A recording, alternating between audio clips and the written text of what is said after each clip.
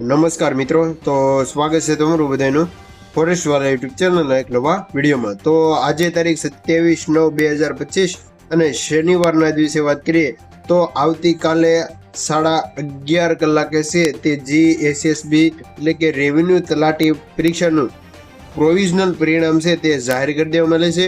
તો આજના વિડીયોમાં વાત કરીશું કે કેટેગરી પ્રમાણે છે તે મેરિટ કેટલું અટકેલું છે અને સાથે સાથે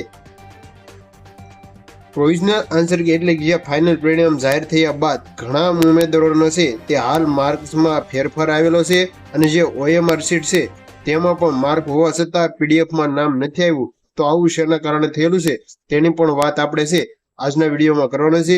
તો વિડીયોને લાઈક, શેર અને સબસ્ક્રાઈબર અને વિડીયોના અંત સુધી તમામ મિત્રો બન્યા રહીજો।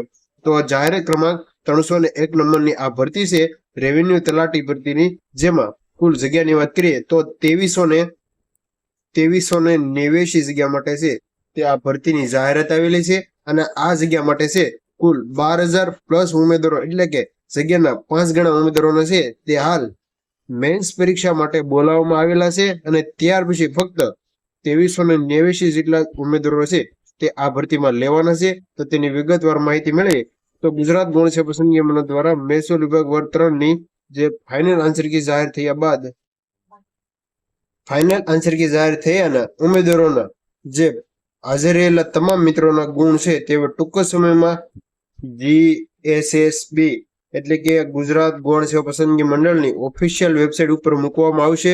તમે સ્ક્રીન પર જોઈ શકો છો કે FAQ છે તે 16/9/2025 રાત્રિના 11:30 કલાકે છે તે જાહેર કરવામાં આવી હતી અને જે પણ ઉમેદવારો હાલ હાજર રહ્યા હતા તે તમામ મિત્રોને મેરિટના આધારે કેટેગરી વાઇઝ ભરવાની થતી જગ્યાના 5 ગણા ઉમેદવારોને છે તે પરીક્ષામાં મેન્સ પરીક્ષા માટે છે તે બોલાવવામાં આવેલા છે। તેનું રિઝલ્ટ એક્સટર્નલ 1 અને એક્સટર્નલ 2 જ્યારે પણ આવશે તેમાં ઉમેદવારોના જે પ્રસિદ્ધ થયેલા માર્ક છે તે ઉમેદવારો જોઈ શકશે અને જે પણ ઉમેદવારોના હાલ ભરતી બોર્ડ દ્વારા છે તે જે કોઈ પણ પાસે રમતગમતના જે સર્ટિફિકેટ છે તેના માર્ક આપીને હાલ પ્રિલિમ પરીક્ષા માટે બોલાવવામાં એટલે કે મેન્સ પરીક્ષા માટે બોલાવવામાં આવેલા છે અને જ્યારે પણ ભરતી બોર્ડ દ્વારા ઓફિશિયલ ડોક્યુમેન્ટેશન થશે અને ત્યારે જો તેની પાસે તે ડોક્યુમેન્ટ નહીં હોય તો ત્યારે તે રિજેક્ટ કરવામાં આવશે। તો ખાસ છે તે તમારે યાદ રાખવાનું રહેશે। ત્યાર પછી આપણે ફટાફટ કેટેગરી પ્રમાણે જે કટ ઓફ આવી ગયું છે તેની વાત કરીએ તો જનરલમાં 122.58 છે તે રહેલું છે જે મેલ માટે છે અને ફિમેલ માટે 109 છે તે મેરિટ રહેલું છે।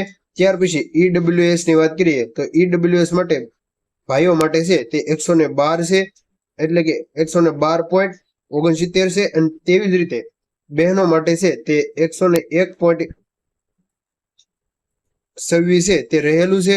ત્યાર પછી છે ACBC ની વાત કરીએ તો ACBC માં 113.95 છે તે રહેલું છે, જ્યારે બહેનો માટે છે તે 99.23, એવી જ રીતે AC માટે છે તે 112.43 છે, જ્યારે બહેનો માટે 100 ની માથે છે પોઈન્ટમાં 50 છે। ત્યાર પછી ST માટે છે તે 81.72 અને લાસ્ટ બહેનો માટે 80.20 છે। તેવી રીતે છે તે મેરિટ છે તે અટકેલું રહેશે અને સાથે સાથે એક સર્વિસમેનનું પણ છે તે એટલે કે એક સર્વિસમેન અને જે વિકલાંગ છે તેની માટેનું જે છે તે મેરિટ અહીં આપવામાં આવેલું છે, જે તમે સ્ક્રીન પર જોઈ શકો છો। અને આ માહિતી છે તે 26/9/2025 ના દિવસે ભરતી બોર્ડની ઓફિશિયલ વેબસાઇટ ઉપર છે તે જાહેર કરવામાં આવેલી છે। તો આવી રીતે છે જે તમારે પીડીએફમાં રોલ નંબર નાખી અને તમારું રિઝલ્ટ છે તે જોવાનું રહેશે। તો પરીક્ષામાં કુલ કેટલા ઉમેદવારોને બોલાવ્યા છે તો તેની વિગતવાર માહિતી મેળવીએ તો તમે સ્ક્રીન પર જોઈ શકો છો કે ખૂબ જ મોટી છે તે પીડીએફ છે, અંદાજે 331 પેજ છે તે આપવામાં આવેલા છે એટલે કે જગ્યાના 5 ગણા ઉમેદવારોને બોલાવવામાં આવેલા છે।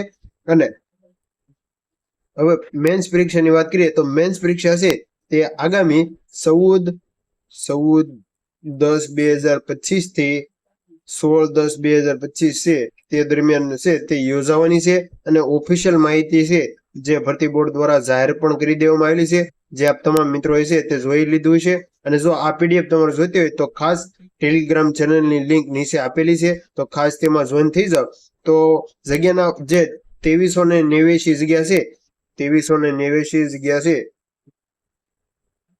89 તેના ગુણ્યા 5 ઉમેદવારો એટલે કે 12,178 જેટલા ઉમેદવારોને હાલ મેન્સ પરીક્ષા માટે બોલાવવામાં આવેલા છે। અને અંદાજિત જે આપણે કેટેગરી વાઇઝ કટ ઓફ છે તે આગળ વાત કરીએ એમ તો 100+ છે અને એસી અને એસટી માં છે તે નોર્મલ છે.